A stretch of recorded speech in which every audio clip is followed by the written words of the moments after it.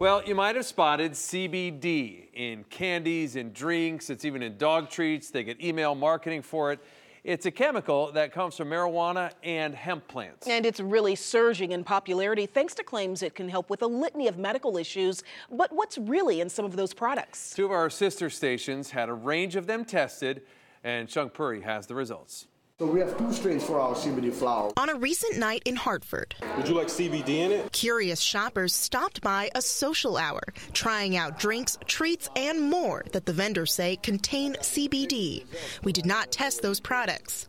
CBD is short for cannabidiol. It's a chemical found in both marijuana and hemp plants, and it does not get you high.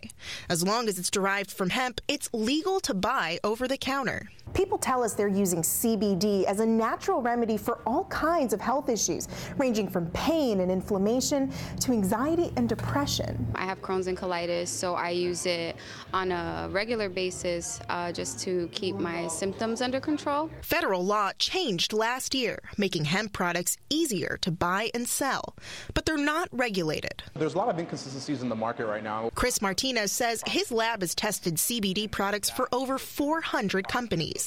NBC stations in Miami and New York partnered with him to have products bought over the counter in stores and online, blind tested to see if you're getting what you pay for. Less than half of the samples that were tested actually had the stated amount of CBD inside of the product. 5 samples contained no CBD at all. Not a drop. Out of 4 brands of candy gummies, only 1 contained the amount of CBD advertised. All 3 brands of oil tested showed problems. 1 sample contained 4 times the amount of lead that's acceptable by FDA standards. And if a child gets their hands on these products, it could be life-threatening. Before making any purchases, Martinez says to ask sellers for lab results from within the last 30 days. And industry experts say to make sure they're testing for heavy metals, pesticides, and toxins. Some companies put QR codes on their labels for buyers to scan and pull up results right on their phones. Until there is a type of regulation that actually levels out the playing field, patients are being duped. Jocelyn Serta started monthly CBD social hours to connect people with local vendors making their own CBD.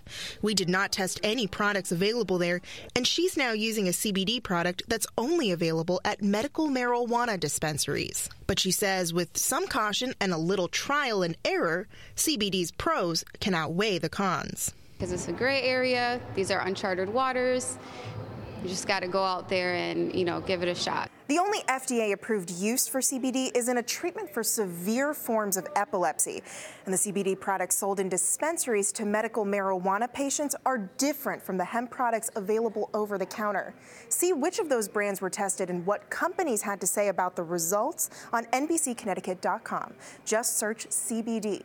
For NBC Connecticut Investigates, I'm Chung Puri.